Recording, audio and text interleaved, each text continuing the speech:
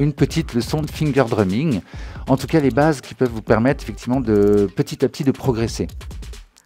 Bon, c'est ma méthode pour débutants. Je ne sais pas si vous connaissez Paco Mtielman, je vous le recommande, hein, qui agit notamment sur Blast. C'est très sympa ses contenus, ça n'a rien à voir avec la musique, donc je vous en parle pas plus. Mais il dit souvent, il fait une histoire de France comme ça, l'Empire n'a jamais pris fin, et il dit souvent, si vous n'aimez pas mon histoire de France, écrivez la vôtre. Bah, c'est un peu le même principe. Si vous n'aimez pas ma leçon de finger drumming, je sais qu'elle peut avoir des défauts, je sais qu'il y a des gens qui vont dire, mais non, c'est pas comme ça qu'on apprend, je sais pas quoi. Voilà, c'est ma technique, c'est ma façon d'apprendre, enfin, c'est la première fois que je le fais, en fait, pour être voilà. Donc on y va, allez, finger drumming. Donc la base effectivement, c'est d'essayer de taper en rythme. Donc vous mettez le métronome, alors je vais effacer ça. Tiens, j'aurais dû faire un nouveau clip, c'était l'idée. C'est pas grave, on fera ça plus tard. Alors je mets le tempo très lentement, parce qu'effectivement si vous êtes débutant, c'est pas mal de ne pas travailler trop vite. D'accord. Et la première chose, c'est effectivement d'essayer d'apprendre à taper en rythme, lentement, et puis ensuite plus rapidement, d'accord. Il y a une méthode qui peut vous aider aussi pour taper en rythme, donc là, je vais...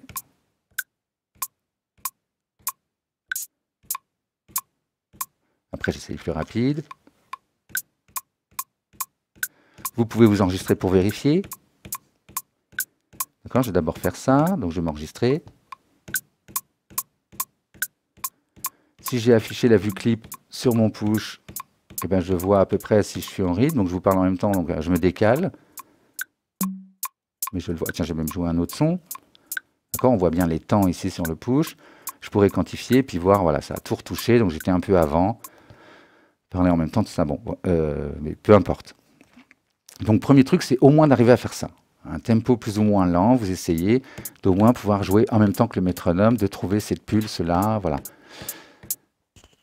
Il faut penser danse.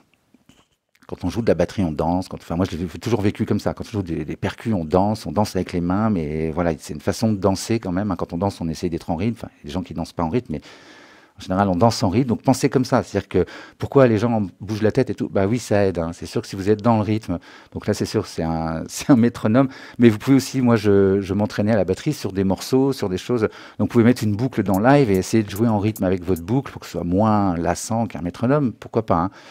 Donc, premier exercice, je vous répète, l'idée c'est de faire les exercices, d'accord, dans l'ordre. Vous arrêtez la vidéo dès que c'est trop compliqué et vous retravaillez ça et vous remettez la vidéo à l'endroit où vous êtes arrêté pour continuer. Et normalement, si vous allez au bout, vous allez être plus à l'aise pour justement trouver des façons de taper à vous. L'idée, c'est pas de vous apprendre des rythmes par cœur, c'est plutôt que vous soyez à l'aise pour après trouver des choses tout seul, parce que tout ce que vous allez faire sera plus ou moins en rythme, d'accord. Et on peut quantifier, donc vous avez le droit quand même à une petite marge d'erreur. Voilà, alors c'est parti. Donc le premier truc, vous avez compris, ça serait de jouer, je remets le push, de jouer comme ça en rythme. Le deuxième truc, ça serait évidemment, je vais remettre un tempo plus de débutant, disons, ça serait de faire avec deux doigts. Et c'est là où le layout peut être intéressant. Vous savez qu'on a un drum 16 vélocités, hein. Si vous appuyez plusieurs fois, vous allez tomber sur le 16 vélocités, voilà. Et du coup, ça vous permet d'avoir le même son, donc celui-ci, qui est distribué ici sur 16 vélocités, donc 16 volumes si vous préférez. Moi, j'ai appuyé sur un son, voilà. Donc le son que vous choisissez, il est sélectionné ici. Donc l'idée, ça peut être de faire ça.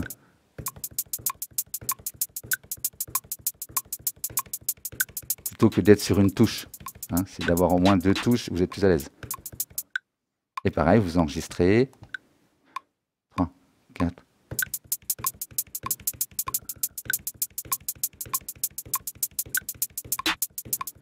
Oh là là, je ralentis, j'accélère en cours de route. Voilà, vous écoutez, c'est flagrant. Ah, il y a un passage qui est pas mal. J'ai tapé sur autre chose. Alors, ce qui est intéressant, cette méthode, c'est qu'elle peut déjà vous permettre de faire un charlet. Parce que si vous regardez bien, c'est-à-dire que j'ai les temps, je vais laisser le métronome.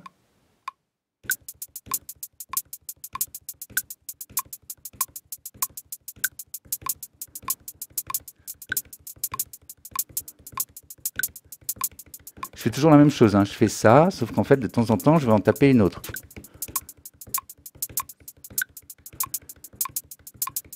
Donc là, il faut le sentir, effectivement, quand est-ce que vous allez taper une note plus forte, hein. Sur le premier temps, c'est pas mal. Voilà, vous pouvez vous entraîner à faire ça. C'est sûr que quand vous êtes vraiment à l'aise, c'est mieux de s'entraîner à faire ça.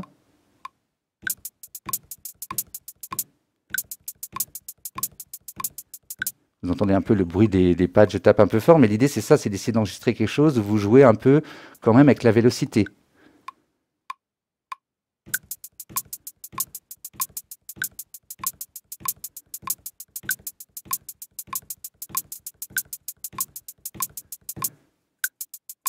D'accord? Et vous voyez si effectivement ça marche. Si ça ne marche pas, pensez à régler votre push. Moi, je l'ai réglé cet après-midi. Vous allez dans sensibilité et peut-être vous bougez un peu. J'avais du mal d'être à fond, je n'appuyais pas assez fort sur les touches. Donc j'ai mis le range là à fond. Vous savez qu'on peut le mettre sur reset si on a besoin de revenir au réglage par défaut, qu'on a peur d'avoir fait mal. D'ailleurs, le réglage par défaut est plutôt très débutant, hein. Si vous voulez un réglage linéaire, vous faites plutôt ça. Donc ça peut être intéressant effectivement de remonter cette valeur pour aller plus vite au maximum.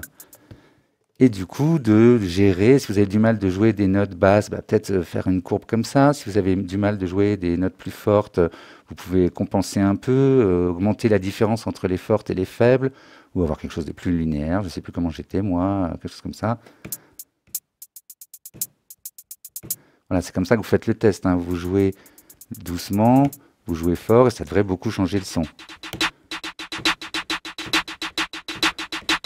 Ne partez pas avec des pads pas réglés, c'est vraiment, ça peut vraiment être handicapant, c'est-à-dire que vous allez avoir du mal de jouer doucement ou de jouer fort. Donc vraiment ça c'est important, hein. J'avais pas prévu, mais effectivement c'est très important. Donc voilà, vous entraînez déjà à jouer au moins une, avec des accents aussi, ça peut être pas mal. Une fois que vous l'avez bien au rythme, je vais déléter. Une fois que vous avez bien au rythme avec un doigt, vous le faites plus vite, hein. À chaque fois il faut accélérer.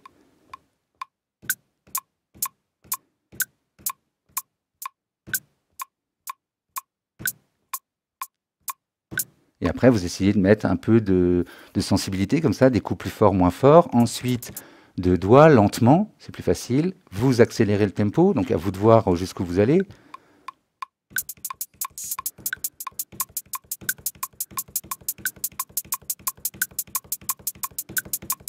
C'est faisable.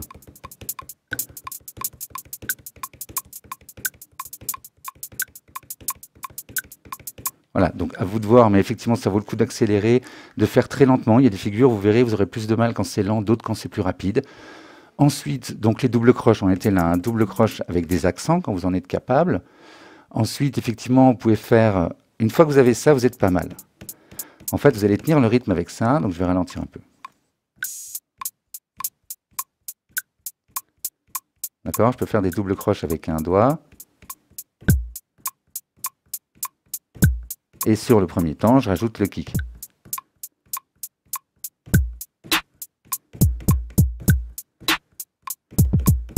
Et c'est ça, si vous avez appris à faire ça, si vous avez bien travaillé ça, bah du coup, hein, vous voyez bien que je fais ça en fait, hein, je joue toujours la même chose, hein.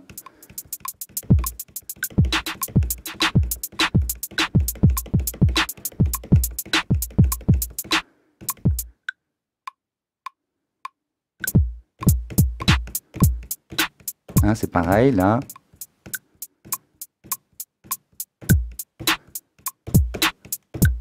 C'est juste que l'autre main joue soit en même temps, soit effectivement en décalé, parce qu'on a appris à faire des doubles croches.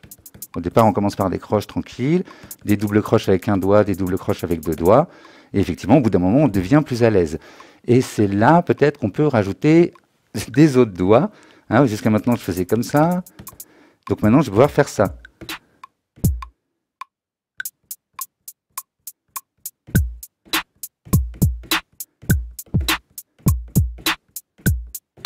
Et vous avez vu que mon autre main, quand elle vient jouer, c'est toujours en contretemps, c'est ça. Oula.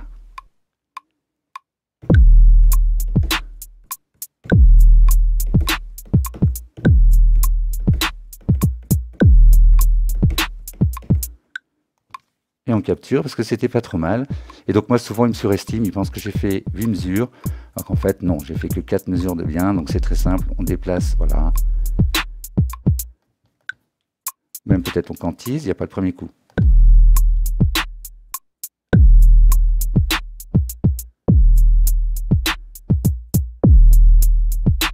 Allez, je vais le garder celui-là. Je vais faire du piquet. vous savez que duplicate, ça a pour effet de dupliquer mon clip. Et d'ailleurs, c'est pas ça que je voulais faire du tout.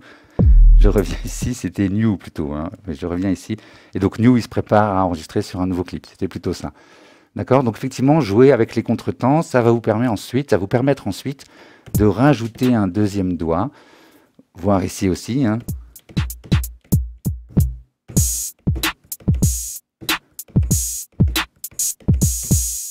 D'accord? Vous allez pouvoir comme ça vous amuser à tester des choses en vous baladant avec vos doigts. Donc je trouve que c'est plus amusant vous allez voir, juste en faisant ça, vous allez déjà pouvoir trouver des choses. Si vous voulez des choses plus précises, vous êtes là, j'oublie à chaque fois. Si vous voulez des choses plus précises, allez voir Melodix, où vraiment ils vont vous apprendre à travailler chaque doigt et tout ça, à jouer des rythmes qui existent, et pas comme moi où je vous laisse trouver vous-même vos rythmes. Voilà, si vous voulez plus de recettes, allez voir, ils ont des très bonnes recettes. Donc voilà, hein, l'idée, oui, ça je l'ai dit. Les contretemps, ça je l'ai dit aussi. Donc effectivement, hein, l'idée c'est que je fais ça.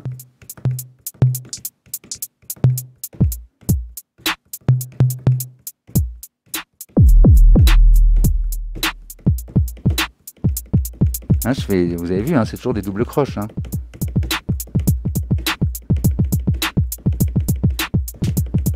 Ça a l'air impressionnant quand on l'entend, mais en fait c'est assez simple. Maintenant que vous avez compris le principe, je fais que ça en fait. Hein. C'est juste au bon moment, mais si vous sentez le rythme en faisant ça, il y a des choses qui vont venir. Après, il faut écouter le métronome, bien sentir le 1.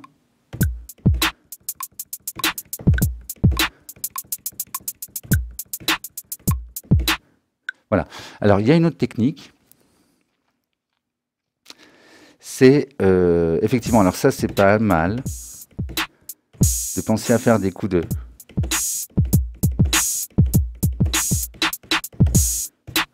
D'accord, des coups de charlet ouvert en même temps que vous faites soit la caisse claire, soit la grosse caisse, ça peut être sympa. Ah, si j'écoute le tempo.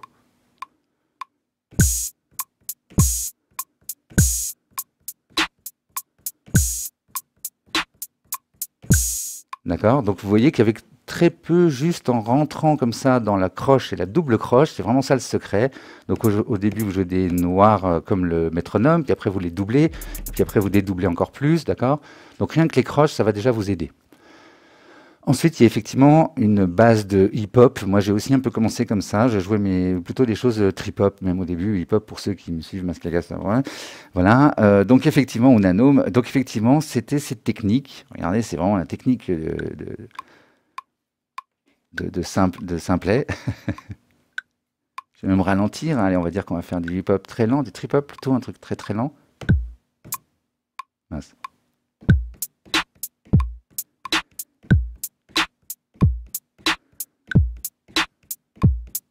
Et là, vous avez l'autre main qui peut faire des contretemps, toujours sur la base du double croche, de la double croche.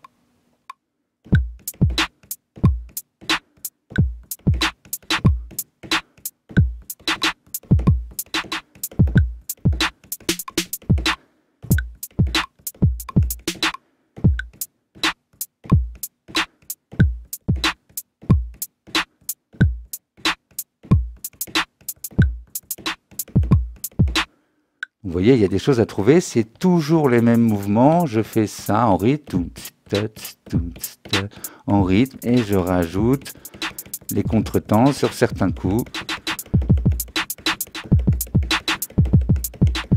D'accord? Donc vous voyez que ça peut permettre, puis après vous rajoutez des doigts, vous allez voir, vous serez à l'aise avec d'autres doigts pour tout d'un coup faire des coups en plus avec les doigts qui restent déjà. Mais déjà avec 4 doigts, il y a déjà moyen de faire beaucoup de choses. Surtout qu'il y a beaucoup de rythmique, hein, je vous l'ai déjà dit, où le son de charlet n'est pas audible en même temps que la caisse claire. Donc on peut même faire ça. Vous voyez que quand je joue la caisse claire, j'arrête de jouer le charlet.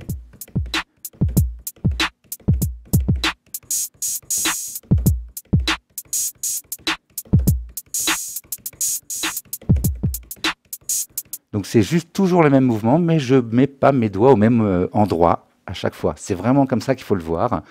On a un mouvement de base. Une fois qu'on l'a bien. Hein.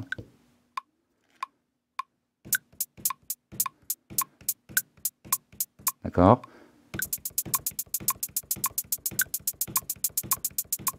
Une fois qu'on a ces deux choses-là, on est paré pour faire plein de choses. Alors les rythmiques rock, effectivement, bah, là tu as un tempo plus rapide.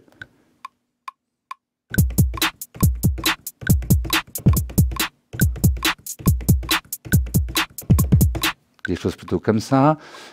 Si on est sur du funk, peut-être un peu plus lent.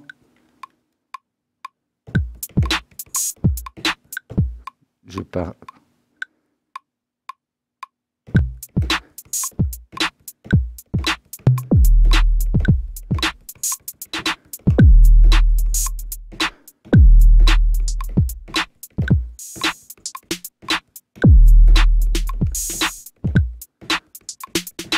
D'accord, plus des choses comme ça.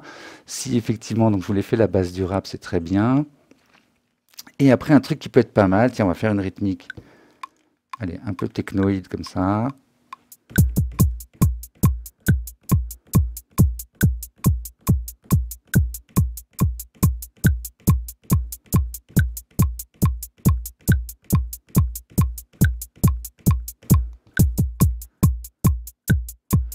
Je vais quantifier. On va garder les 4. Ah oui, non, c'est bien, il m'a fait 8. Alors, on va faire 4.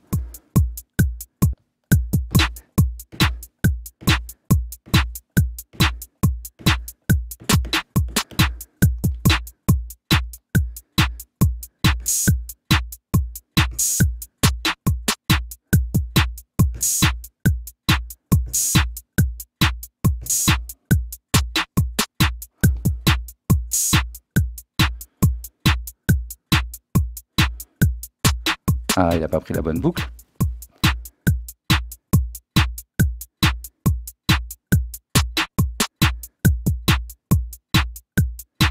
Bah, j'ai fait capture pourtant. Ok. Ah oui, d'accord. Ah non, oula, je me trompe de bouton. Ah, voilà, c'est ça, c'est à la fin. Ah non, c'est bon, c'est bon, c'est bon.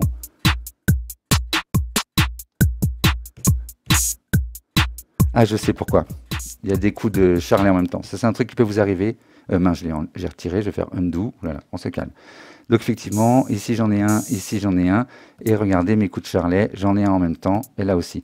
Donc, effectivement, là, il va falloir les entendre. Il y a une exclusion, un choke, on appelle ça. Là, j'ai l'impression qu'il n'y en a pas. D'ailleurs, le début n'est pas au début. Donc, Shift et oui, Start Offset, tout à fait, pour mettre ça bien au début. Ah oui, alors j'en ai un là. Je le vois là, je vais cropper. Allez, on va cropper, down. Je croppe ici. Ok, donc il me garde que ce que je veux. Et je vois qu'effectivement, en même temps que le charlet est ouvert, hein, je le vois ici. Tiens, j'ai pas pris mon petit... Eh ben alors, il est où mon petit bonhomme? Ah ben voilà, j'ai perdu mon petit bonhomme pour vous présenter ça. Ah ben je l'ai utilisé la dernière fois, je sais plus. Ah bah là autre chose. Bon, je vais pas perdre de temps. Donc effectivement, je vois une note, hein, vous le voyez ici, je vois une note en même temps, donc je vais la supprimer. Voilà, et normalement ça devrait être bon.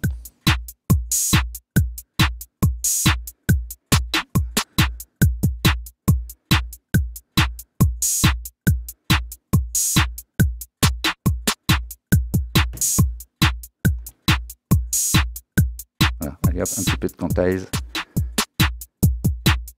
Et pareil, j'enlève le crop. J'enlève la note. Pour en arriver effectivement à ce que je voulais vous montrer. Donc c'est pas celle-là que je vais enlever, c'est celle-ci.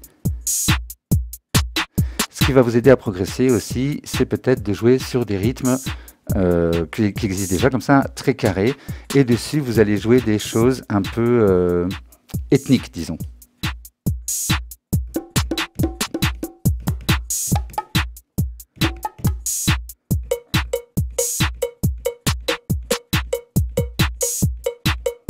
Faut sentir les choses comme ça.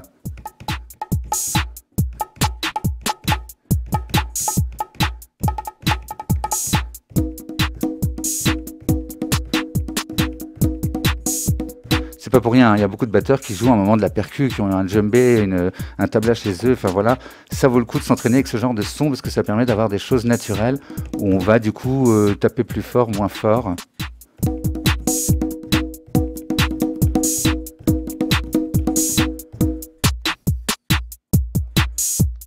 culture pas ce que je veux. C'est moi qui joue pas au bon moment en fait, hein. C'est ça, c'est pas lui. Hein. Voilà, je crois que c'est là où je vais jouer. Voilà, et je déplace le start offset.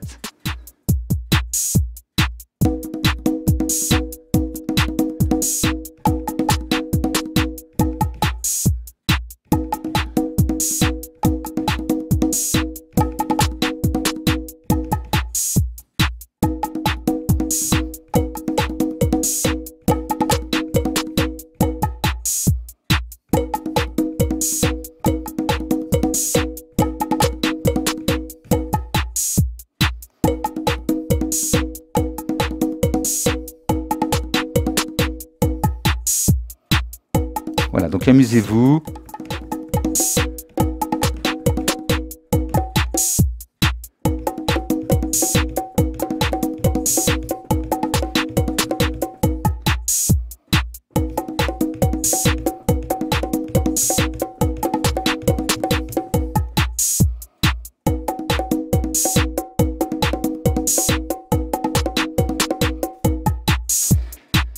Vous avez vu, c'est ce que je vous disais, donc je reviendrai dessus, mais quand même, hein, entre la rythmique de base qui me donne un cadre qui est très carré, qui peut être très lassante très vite, encore qu'il y a des petites variations à l'intérieur, mais j'aurais pu prendre 2 mesures, juste le début, là, c'était pareil, c'est-à-dire que le fait de rajouter des éléments va rendre ça plus vivant, donc le fait d'avoir une structure rythmique très basique n'est pas gênant du tout, hein. Vous voyez qu'on peut obtenir carrément autre chose. Voilà, il y a une note un peu colombienne, je dis ça parce que le nom c'est Columbia, vous verrez tout à l'heure. Voilà, donc effectivement ça peut être pas mal, effectivement, si vous avez un rythme carré comme ça, de vous entraîner à faire des choses des choses un peu en contretemps, un peu sur du ternaire, un peu d'essayer d'entendre ça. Il y en a beaucoup plus qu'on pense dans l'électro. Ce qu'il y a, c'est qu'effectivement souvent la base rythmique et la basse en elle-même et la rythmique sont très sur les temps. Et vous avez des petits éléments, alors vous avez aussi ce genre de choses, voilà, des petits trucs comme ça, alors lui il est en repeat, qui vont être sur des ternaires, quoi, sur des contretemps, mais des triolets, des triplettes, comme ils disent dans le live. Donc effectivement, ça vaut le coup de s'entraîner à sentir ces choses-là, ça va vraiment améliorer vos compos. Alors j'en arrive au step séquenceur. Oui, alors oui, c'est quelque chose que je voulais vous montrer, tiens, on va faire new. Donc effectivement, ça peut être sympa si vous êtes vraiment... Là, je suis en 16 vélocité, très bien. Je voudrais le loop selector. Donc si vous n'êtes pas doué, effectivement, vous pouvez faire un mix. Pensez à ça. Ah, bah, tiens, il y a là aussi, je vais faire new. Bien sûr, je cherche le bouton, n'importe quoi, voilà.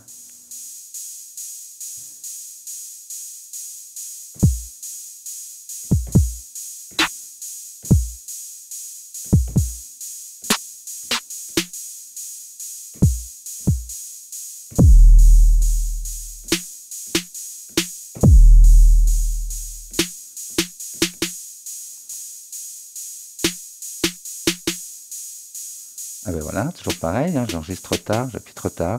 Donc loop position, c'est bien, ça vous montre les erreurs. Donc vous voyez, si vous faites ça, ne gardez pas ça. Hein. Ok, mettez bien le start offset au début de votre boucle. Voilà.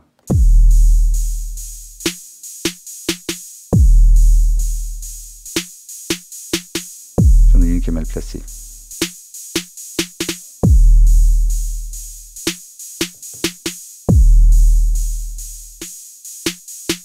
Vous avez vu que quand je suis en vue clip, si j'appuie sur une note, il la zoome, je peux changer sa vélocité, changer son placement, combien de temps elle dure, le length, tout ça. Hein. Et prenez l'habitude, double loop.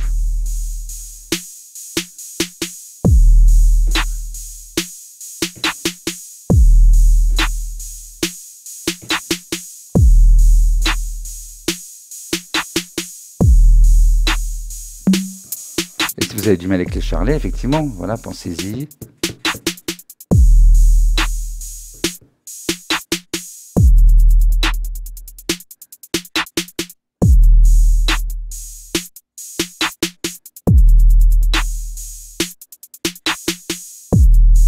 Donc ce qui se passe, hein, vous avez vu, c'est le charlet ouvert qui est coupé à chaque fois que je mets des coups de charlet fermé, ce qui est pas si mal.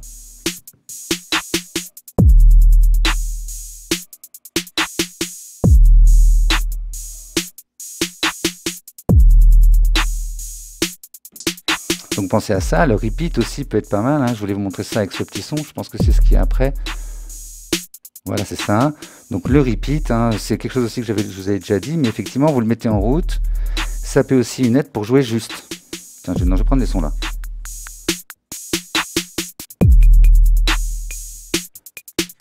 Alors voilà, je voudrais jouer ça. J'enlève le repeat, hein.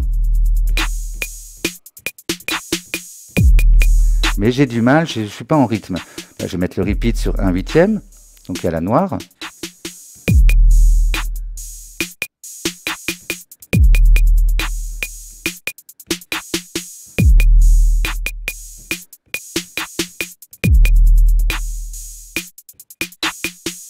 Et vous avez vu qu'effectivement, je ne peux jouer que dans le rythme. Tiens, je crois que j'ai encore fait mon erreur là, oui, vraiment. Je change la loop position. Et je change le start offset. Voilà. Et vous voyez que je peux jouer qu'en rythme parce qu'effectivement je suis sur quelque chose de très lent. Hein. Et du coup, si je veux passer que des coups de temps en temps.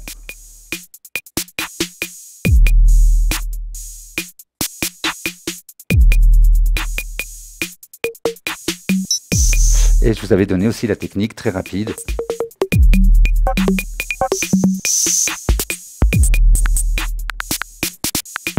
Oui, plutôt ces sons-là.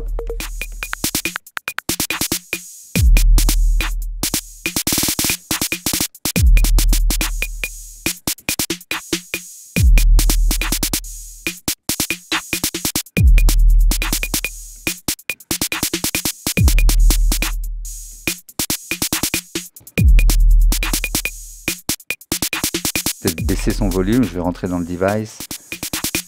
Donc c'est bien celui-là. Je rentre dans le simpler, d'accord. Et j'ai un gain ici. Sinon, je rentre 2 fois si je ne le vois pas et je vais dans global. Et là, j'ai un volume et un gain.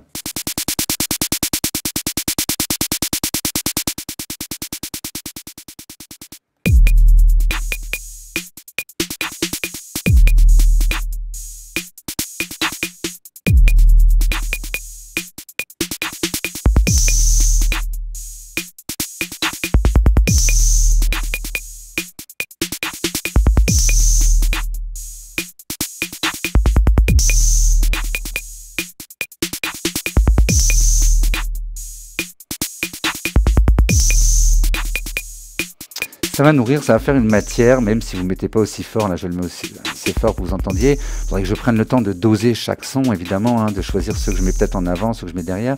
Mais ça va créer une matière qui va effectivement... Bon, ma rythmique, à vrai dire, n'est pas si carrée que ça. Tiens, on va essayer avec celle du dessus.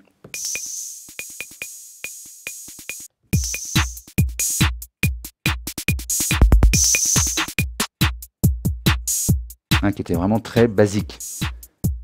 Et vous voyez que de lui rajouter, ça marchait, ça la faisait un peu groover, mais ça aussi.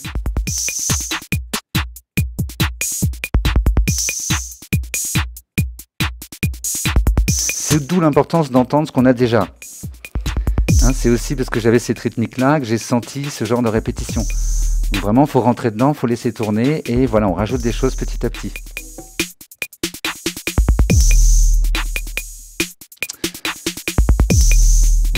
Tout à fait, j'avais oublié d'ailleurs, c'est pour ça que je suis revenu sur le repeat, c'est à cause de ça. Donc je vais vous mettre le métronome, oui non je vais pas vous mettre le métronome, je vais baisser un peu ça, pensez au swing.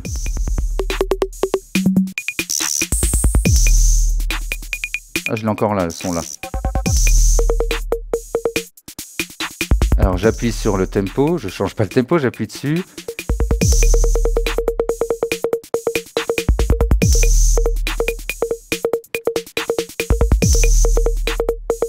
Je coupe le son en 3. Donc forcément,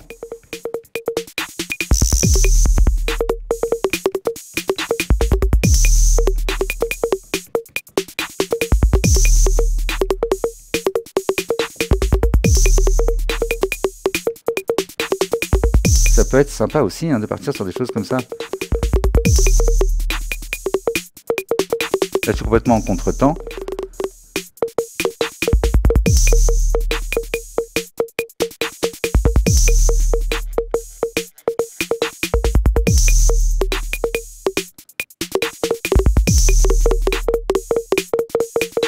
D'accord, donc plutôt 30, 33, c'est le, je pense, le plus efficace. Et après, les autres mesures, vous pouvez essayer.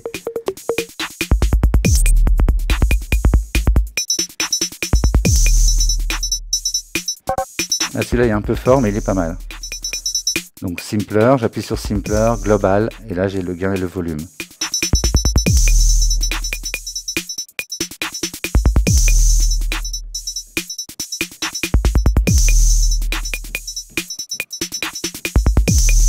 Alors j'aime bien mettre le clip en vue, je vous conseille de faire ça pour éviter l'erreur où on va pas jusqu'au bout du clip, on commence pas au début, etc. Au moins, alors vous l'avez ici, hein, mais là j'ose pas trop m'avancer parce que je vous masque le push, donc j'ose pas faire ça, voilà, comme je fais là. Donc effectivement, si vous ne voyez pas bien ces boutons-là, parce que le push est un peu haut comme moi, ou je sais pas quoi, afficher le clip, ça vous permet de voir où vous en êtes dans votre clip. Hein. Ne croppez pas, ne faites pas cette erreur aussi. Je vois beaucoup de débutants. Alors c'est sûr que c'est plus lisible quand on crop parce que, alors je vais le faire pour bien vous montrer ça. Donc effectivement, il ne garde, il n'y a plus rien avant et après. Je vais faire le undo.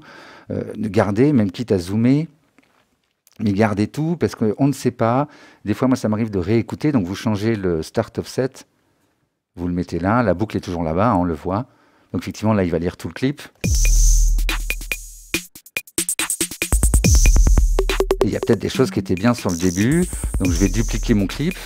Hein, duplicate que j'ai fait tout à l'heure par erreur, je duplicate et effectivement dans le clip d'après, je viens chercher cette boucle-là. D'accord, c'est un peu ça l'idée. Donc vraiment gardez tout, on ne sait jamais. Faites le tri à la toute fin quand vous avez fini de composer votre morceau. À la limite, vous nettoyez un peu tout. Je remets le start offset, oui. Pour faire quelque chose de clean, pourquoi pas à un moment effectivement, quand vous êtes sûr de vos clips et tout ça. Mais c'est l'avantage de Capture, c'est pour ça que je vous encourage vivement à utiliser cette technique, parce qu'effectivement, on va tout garder. Quand vous faites Rec, déjà, il faut jouer au bon moment. Vous avez fait Rec, il faut réussir à bien jouer les choses et tout ça. Si vous êtes un peu débutant, c'est compliqué. Et ensuite, vous n'allez enregistrer que la zone que vous avez jouée au moment où vous avez fait enregistrer, quoi. Ce que vous avez fait avant, après, c'est perdu. Alors que là, effectivement, vous pouvez jouer, jouer, jouer. À un moment, vous dites, tiens, c'est pas mal. Vous faites capture et vous capturez tout. Oh, là, j'ai beaucoup de mesures, là. J'en suis à la 57e, en fait. Hein. Il a enregistré 57 mesures avant et même encore après, un peu, que j'utilise pas. Donc, effectivement, ça vaut le coup d'utiliser Capture. C'est vraiment une méthode de fou avec ce push. C'est vraiment génial.